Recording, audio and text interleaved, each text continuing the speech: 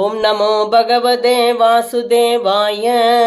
श्रीमद्वाल्मीकिरामायणम् आरण्यकाण्डम् 69तमः सर्गः। कबन्धग्राहः कृत्वैवमुदकं तस्मै प्रस्थितौ रामलक्ष्मणौ अवेक्षन्तौ वने सीतां पश्चिमां जग्मतुर्दिशं तौ दिशं दक्षिणां गत्वा शरसापासितारिणौ अभिप्रहदमैक्ष्वागौ पन्तानं प्रति जग्मतुः गुल्मैर्वृक्षैश्च बहुभिः लताभिश्च प्रवेष्टितम् आवृतं सर्वतो दुर्गं गहनं घोरदर्शनं व्यतिक्रम्य तु वेगेन गृहीत्वा दक्षिणां दिशं सुभीमं तन्महारण्यं व्यतियातौ महाबलौ ततः परं जनस्थानात् त्रिक्रोशं गम्य राघवं क्रौञ्चारण्यं विविशदुः गहनं तौ महौजसं नानामेघगणप्रख्यं प्रहृष्टमिव सर्वतः नानावर्णैः शुभैः पुष्पैः मृगपक्षिगणैर्वृतं दिदृक्षमाणौ वैदेहीं तद्वनं तौ विचिक्यतुः तत्र तत्रावतिष्ठन्तौ सीताहरणकर्षितौ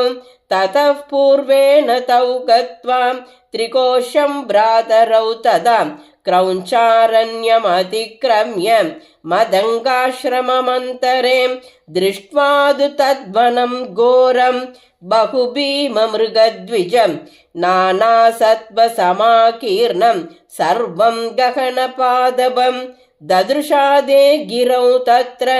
दरीं दशरथात्मजौ पादाळसमगम्भीरां तमसा नित्यसंवृताम् आसाद्य तौ नरव्याघ्रौ दर्यास्तस्या विदूरतः ददृशा ते महारूपां राक्षसीं विकृताननां भयदामल्पसत्त्वानां बीभत्सां रौद्रदर्शनं लम्बोदरीं तीक्ष्णदंष्ट्रां करालां परुषध्वजं भक्षयन्तीं मृगान् भीमान् विकटां मुक्तमूर्धजां प्रैक्षेदां तौ ततस्तत्र भ्रातरौ रामलक्ष्मणौ सा समासाद्य तौ वीरौ व्रजन्तं भ्रातुरग्रतः ये हि रंस्यावहेत्युक्त्वा समालम्बत लक्ष्मणम् उवाच चैनं वचनं सौमित्रिम् उपगूह्य सा अहं त्वयोमुखी नाम लाभस्ते त्वमसि प्रियः नादपर्वतकूटेषु नदीनां पुलिनेषु च आयुष्येषमिमं वीर त्वं मया सह रंस्यसे एवमुक्तस्तु कुपितः खड्गमुद्धृत्य लक्ष्मणः कर्णनासस्तनं चास्याः निचकर्तारि सूदनः कर्णनासे निकृत्ते तु विस्वरं सा विनद्य च यथा गदं प्रदुद्राव राक्षसी भीमदर्शनां तस्यां गदायां गहनं विशन्तौ वनमोजसाम् आसेदतुरमिद्रग्नौ भ्रातरौ रामलक्ष्मणौ लक्ष्मणस्तु महातेजाः सद्भवान् शीलवान् शुचिः अब्रवीत् प्राञ्जलिर्वाक्यं भ्रातरं दीप्ततेजसं स्पन्दते मे दृढं बाहुः उद्विग्नमिव मे मनः प्रायश्चाप्यनिष्टानि निमित्तान्युपलक्ष्ये तस्मात् सज्जीभवार्यत्वं कुरुष्व वचनं हितं ममैव हि निमित्तानि सद्य शंसन्ति सम्भ्रमम् एष वञ्जुलगो नाम पक्षी परमदारुणः आवयोर्विजयं युद्धे शंसन्निव विनर्दति तयोरन्वेषतोरेवं सर्वं तद्वनमोजसा संजज्ञे विपुलः शब्दः प्रभञ्जन्निव तद्वनं संवेष्टितमिवात्यर्थं गगनं मातरिष्वना वनस्य तस्य शब्दोऽभूत् दिवं मा पूरयन्निव तं शब्दं काङ्क्षमाणस्तु रामः कक्षे सहानुजः ददर्श सुमहाकायं राक्षसं विपुलोरसम् आसेददुस्ततस्तत्र तावुभौ प्रमुखे स्थितं विवृत्तमशिरोग्रीवं कबन्तम् उदरे मुखं रोमभिर्निशितैस्तीक्ष्णैः महागिरिमिवोच्छ्रितं नीलमेघनिभं रौद्रं मेघस्तनिदनिस्वनम् अग्निज्वालानिकाशेन ललाटस्तेन दीप्यतां मकापक्ष्मेण पिङ्गेन विपुलेनायतेन च एकेनो रसिघोरेण नयनेनाशुदर्शिना महातंष्ट्रोपपन्नं तं लेलिहानं महामुखं भक्षयन्तं महाघोरान् वृक्षसिंहं मृगद्विपान् घोरौ भुजौ विकुर्वाणम् उभौ योजनमायतौ कराभ्यां विविधान् गृह्य वृक्षान् पक्षिगणान् मृगान् आकर्षन्तं विकर्षन्तम् अनेकान् मृगयूतपान् स्थितमावृत्य पन्तानं तयोर्भ्राद्रो प्रपन्नयोः अततौ समभिक्रम्य क्रोशमात्रे ददर्शतुः महान्तं दारुणं भीमं कबन्तं भुजसंवृतं कबन्धमिव संस्थानाद् अधिघोरप्रदर्शनं समहाबाहुरत्यर्थं प्रसार्य विपुलौ भुजौ जग्राहसहितावेव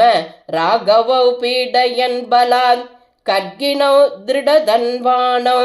दिग्मदेजो वपुर्धरौ भ्रातरौ विवशं प्राप्तौ कृष्यमाणौ महाबलौ तत्र धैर्येण शूरस्तु राघवो नैव विव्यते बाल्यादनाश्रयत्वाच लक्ष्मणस्त्वधिविव्यते उवाच च विषन्नः सन् राघवं राघवानुजः पश्य मां वीरविवशं राक्षसस्य वशं गतं मयैकेन विनिर्युक्तः परिमुञ्चस्व राघव मां हि भूतबलिं तद्वा पलायस्व यथा सुखम् अधिगन्धासि वैदेहीम् अचिरेणेति मे मतिः प्रतिलभ्य च काकुस्थ पितृपैतामहीमहीं तत्र मां रामराज्यस्थः स्मर्तुमर्हसि सर्वदा लक्ष्मणेनैव मुक्तस्तु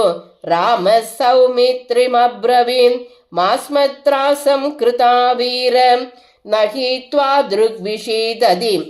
एतस्मिन्नन्तरे क्रूरः भ्रातरौ रामलक्ष्मणौ पप्रच्छ गणनिर्घोषः कबन्धो दानवोत्तमः कौव्युमां वृषभस्कन्धौ